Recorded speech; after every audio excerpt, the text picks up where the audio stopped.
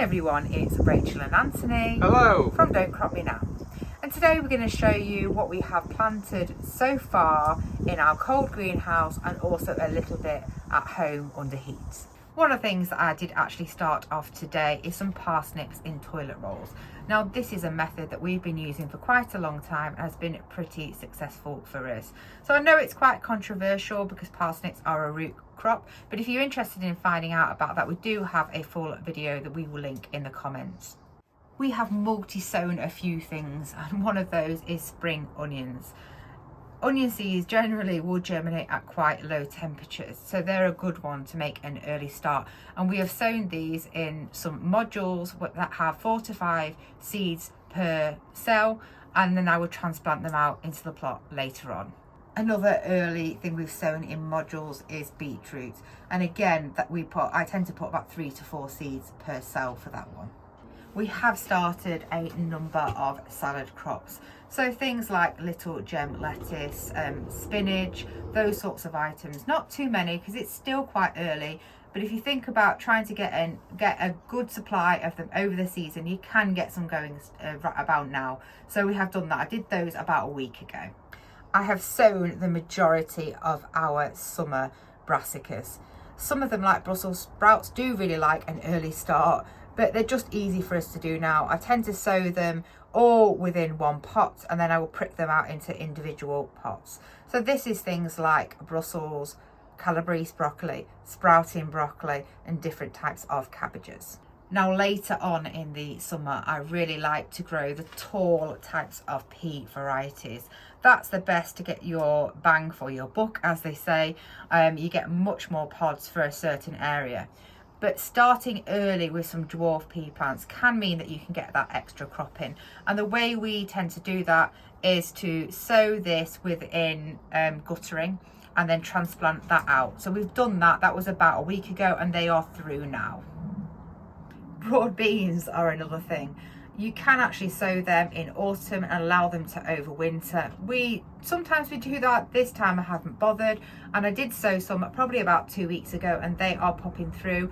Those have been done in modules and will be transplanted out onto the plot. It would be, however, totally fine to sow those direct at this time as well.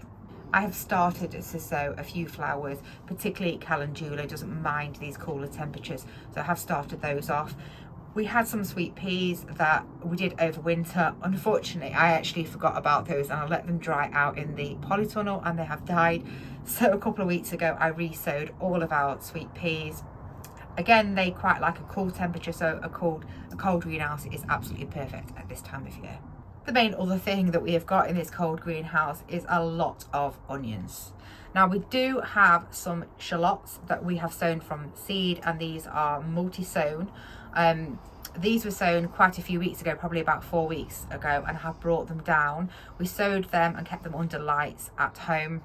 However, today I put a lot of onion sets in. Unfortunately, we didn't have amazing germination on the onions from seed at home. So we do have some, which we'll have a look at in a minute.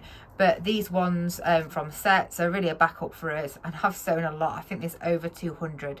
So I sowed all those in the tiny modules, and again, I would transplant them out. It will be totally fine, again, for those to sow those direct. It's just much easier for us. Haven't had a chance to mulch all my beds yet, so I'm getting things going in here, and then we can transplant out when they've sort of really got themselves going.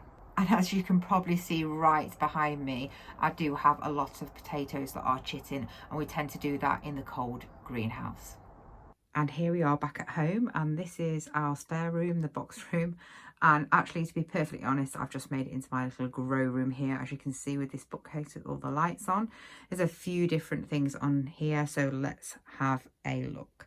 Let's start in at the bottom. We have a few more onions here that have been grown from seed, so they've not been pricked out yet. So there's some Globo onions and some Bedfordshire onions as well. Like I said, not a million of those. The germination wasn't amazing, but to add to those ones that we've got at the allotment, it'll be good. We've got lots of tomatoes. There's a few different varieties of tomatoes. There's some there and there's some there. All of those are going to need pricking out and potting up. There's a few aubergines, peppers, and a few extra chilies there, which I sowed quite a lot later, but they are through now. And again, those are going to need pricking out, and they will then start to fill out like these ones, which are the chilies. They're looking pretty good. I did sow them a lot later than I normally do, but you know, they'll catch up. They're all right.